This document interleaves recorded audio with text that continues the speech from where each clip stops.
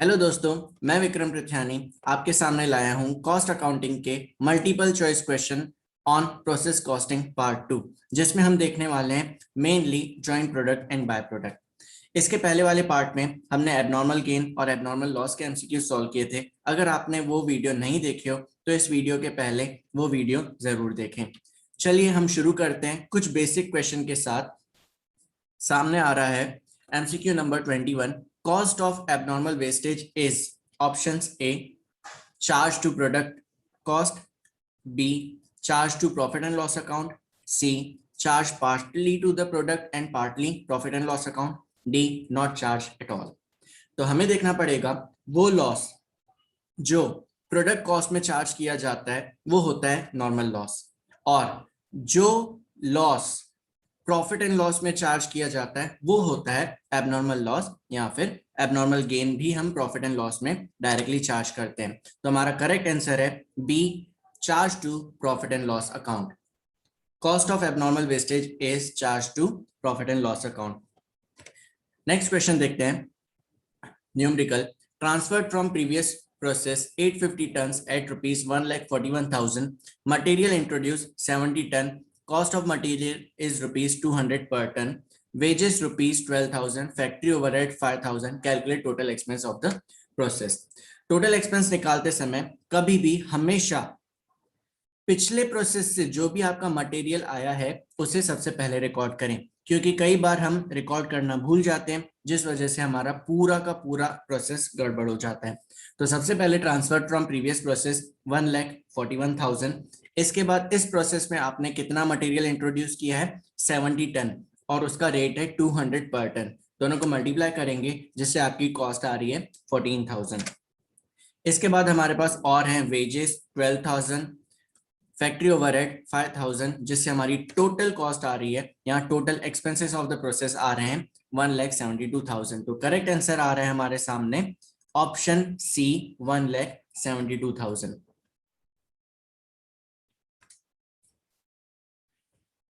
Next question, in process B 200 quintal introduced at cost of rupees 38,000, normal loss 5%, output transfer to next process is 40% and transfer to warehouse is 60%। output transferred is, इस question में जो आपको normal loss दिया हुआ है 5%, ध्यान रखिएगा normal loss का परसेंटेज हमेशा इनपुट से ही कैलकुलेट किया जाता है। नॉर्मल लॉस हमारे पास्ट एक्सपीरियंस के बेसिस पे ही कैलकुलेट किया जाता है, वो भी इनपुट पे। तो कैलकुलेट करते हैं हम। सबसे पहले आउटपुट निकालना पड़ेगा, आउटपुट के बाद ही हम 40 और 60% में डिस्ट्रीब्यूट कर सकते हैं। तो आउटपुट निकालने के लिए हमारे पास इनपुट है 200 यूनिट्स, इसमें से माइनस करेंगे नॉर्मल लॉस जो है 5% ऑफ इनपुट, मतलब 5% ऑफ 210 माइनस करेंगे, जिससे हमारे पास आउटपुट आ रहा है 190। इस 190 को डिस्ट्रीब्यूट करना है नेक्स्ट प्रोसेस में और वेयर हाउस में। नेक्स्ट प्रोसेस में ट्रांसफर हो रहा है 40% ऑफ 190 जो है 76 क्विंटल, और वेयर हाउस में ट्रांसफर हो रहा है 60% ऑफ 190 जो है 114 क्विंटल। तो हमारा करेक्ट आंसर है B, 114 quintal transfer to warehouse, 76 quintal transfer to next process. इसका क्वेश्चन और कैलकुलेशन दोनों ध्यान से देखिए, इसके बाद फिर हम नेक्स्ट क्वेश्चन शुरू करेंगे।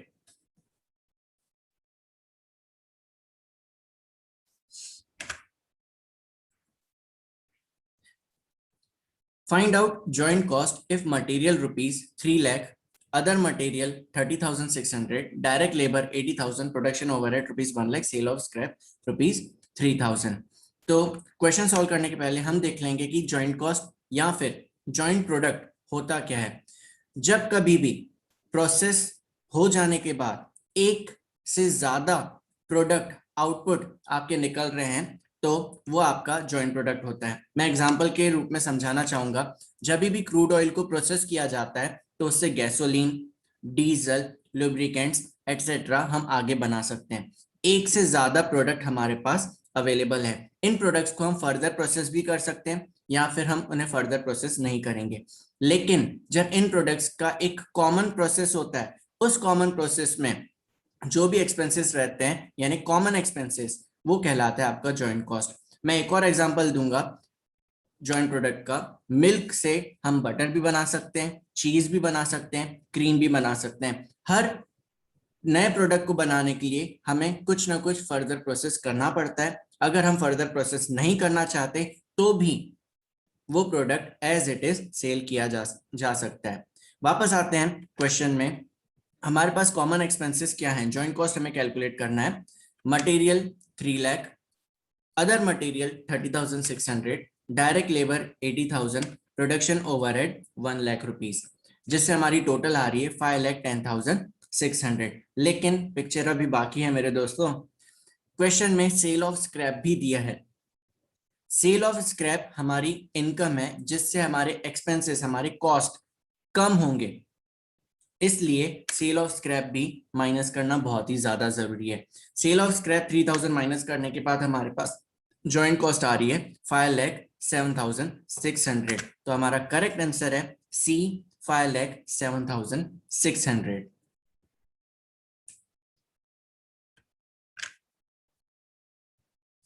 Next question, selling price of product Y is rupees 200 per quintal and profit is 33.33% on cost.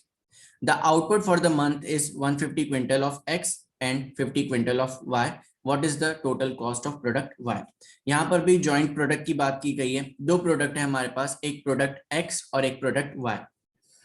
हमें निकालना है कॉस्ट, उसके लिए टोटल कॉस्ट निकालना है। उसके लिए हमें पता रहना चाहिए हमारा सेलिंग प्राइस कितने हैं और इसमें प्रॉफिट कितना है। Selling price of product Y आपको 200 क्वेश्चन में दिया हुआ है, प्रॉफिट कैलकुलेट करना है।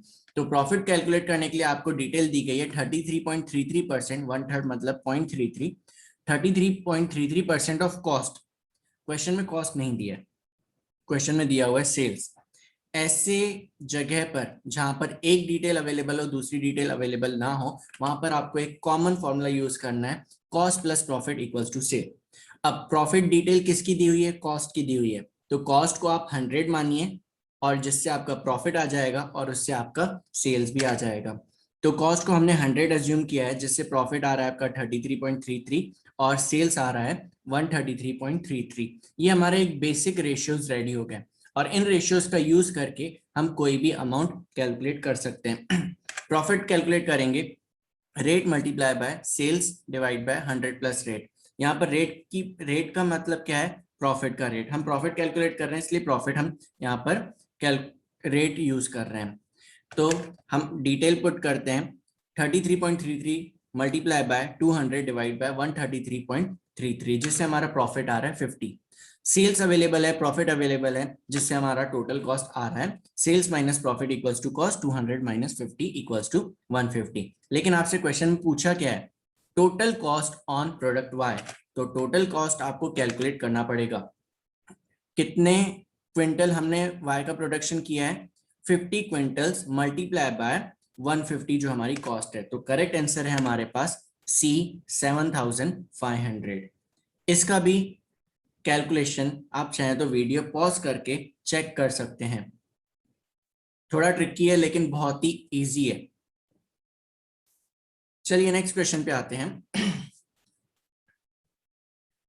Find out joint cost if material rupees 80,000, direct labor 20,000, variable overhead 16,000, fixed overhead 21,000, sale of byproduct rupees 2,000।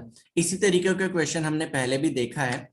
तो कैलकुलेट करते हैं। जॉइंट कॉस्ट मतलब common expenses, material 80,000, direct labour 20,000, variable overhead 16,000 और फिक्स्ड ओवरहेड 21,000, जिससे total आ रहा है हमारा 1,37,000।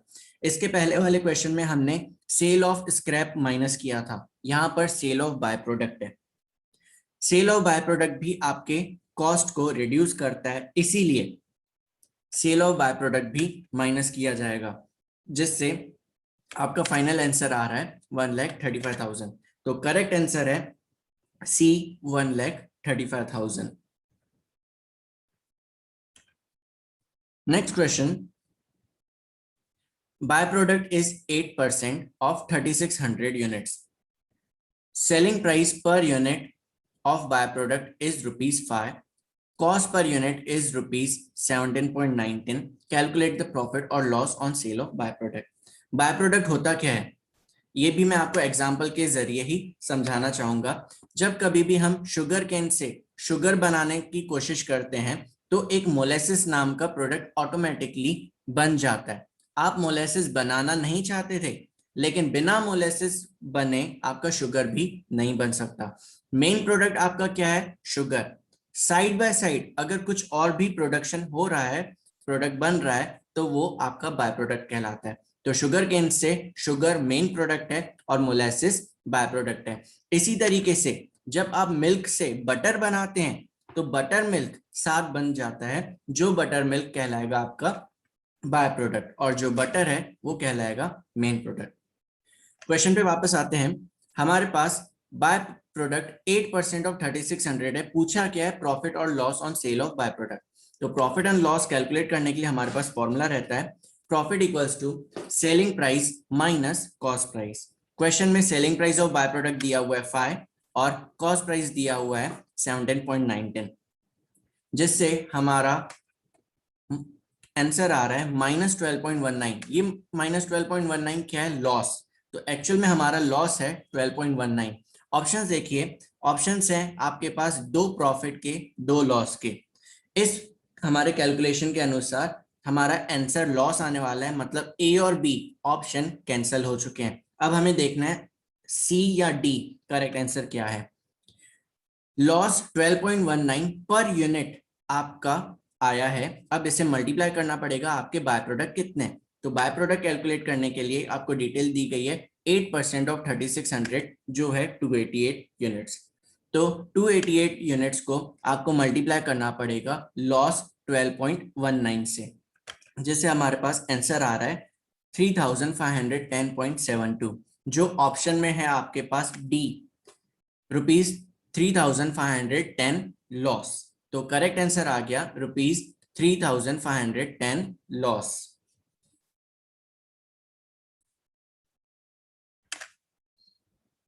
Next question, 1500 units of main product and 400 units of by product produced. Material cost ₹10,000. Apportionment ratio 80:20. Find out the main product and by product.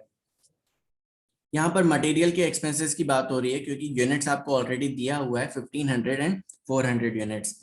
Ratio भी दिया हुआ है 80:20।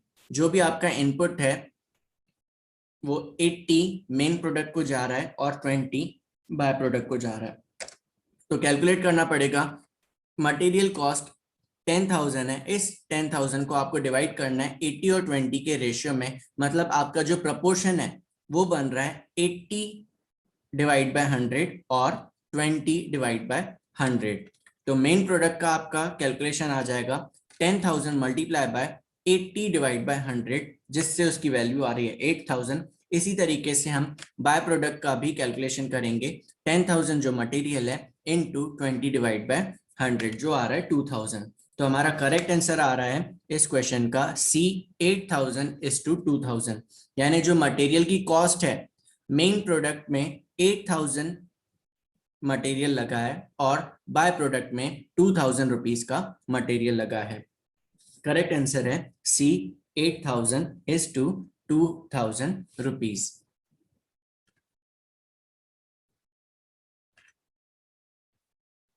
Next question है 1500 units of main product and 400 units of by product produced. Total material cost ₹10,000. Apportionment ratio 80:20. Find out cost per unit of main product. ये same question ही है, लेकिन इसमें आपसे पूछा क्या है? कॉस्ट पर यूनिट। कई बार क्वेश्चन में आपको घुमाकर भी पूछ सकता है, यहाँ पर सीधा सीधा दिया हुआ है। फोकस आपको क्या करना है, क्या कैलकुलेट करना है, उस बेसिस पे हम कैलकुलेशन करते जाएंगे। तो सबसे पहले हमें निकालना पड़ेगा हमारा मटेरियल का कॉस्ट कितना है मेन प्रोडक्ट के लिए। अपोर्शनमेंट रेशियो दिया हुआ है 80:20, जिससे हमारा प्रपोर्शन आ रहा है 80 डिवाइड बाय 100, 20 डिवाइड बाय 100। हमें क्या निकालना है? Main product. तो मेन प्रोडक्ट का कैलकुलेशन करेंगे 10,000 मटेरियल की जो कॉस्ट है मल्टीप्लाई बाय 80 डिवाइड बाय 100, जिससे उसकी कॉस्ट आ रही है 8,000 रुपीज। अब कॉस्ट पर यूनिट निकालने के लिए हमारे पास फॉर्मूला हमेशा रहता है same, amount divided by units. Question में जो हमारे कैलकुलेशन के हिसाब से मेन प्रोडक्ट का मटेरियल कॉस्ट आया है 8,000 और उससे डिवाइड करेंगे हम 1500 यूनिट से, जिससे हमारी मटेरियल की कॉस्ट पर यूनिट आ रही है 5.33। तो ऑप्शन में से हमारा करेक्ट आंसर है बी 5.33। कॉस्ट पर unit of main product for material is ₹5.33। Last question है, a certain chemical process yield 70% of material introduced as main product and 20% as byproduct, 10% being lost। आप कुछ मटेरियल इंट्रोड्यूस कर रहे हैं, उस material का 70% मेन प्रोडक्ट बन रहा है, 20% बाय प्रोडक्ट बन रहा है और 10% नॉर्मल वेस्टेज है।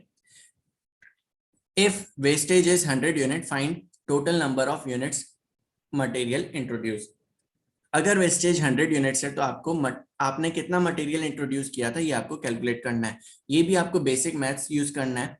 यहाँ पर हमारे पास नॉर्मल वेस्टेज का एक फॉर्मूला है जो है normal loss percentage multiply by input. Value put करते हैं, हमारे पास नॉर्मल लॉस भी अवेलेबल है, परसेंटेज भी अवेलेबल है, इनपुट अवेलेबल नहीं है। तीन में से जब भी दो चीजें अवेलेबल रहती है हम तीसरी चीज कैलकुलेट कर सकते हैं। वैल्यू पुट कर रहे हैं 100 normal loss 10% normal loss multiplied by input. तो हमारा इनपुट हो जाएगा 10% ने साइड चेंज किया जिससे वो डिवाइड में चले गया, input equals to 100 divide by 10%। सीधा आंसर आ रहा है 1000। तो आपका इनपुट 1000 है जिसका 70% मेन प्रोडक्ट बना, 20% बाय प्रोडक्ट बना और 10% वेस्टेज है। अगर आप 1000 का 10% कैलकुलेट करेंगे तो वो वेस्टेज आपका क्वेश्चन में ही दिख रहा है 100 यूनिट्स। इसका मतलब हमने करेक्ट कैलकुलेशन किए हैं और ऑप्शन में से हमारा करेक्ट आंसर है सी 1000 यूनिट्स। दोस्तों ये थे हमारे जॉइंट कॉस्ट और बाय प्रोडक्ट के एमसीक्यूज। नेक्स्ट पार्ट हमारा इक्विवेलेंट यूनिट्स के एमसीक्यूज के ऊपर है, वो आप जरूर देखिएगा। अगर आपने इस वीडियो को लाइक और शेयर नहीं किया है तो वो भी जरूर करें और साथ ही साथ हमारे इस चैनल को सब्सक्राइब जरूर करें ताकि हम और भी अच्छे अच्छे वीडियोस आपके सामने ला सकें। तो धन्यवाद, थैंक्स फॉर वॉचिंग।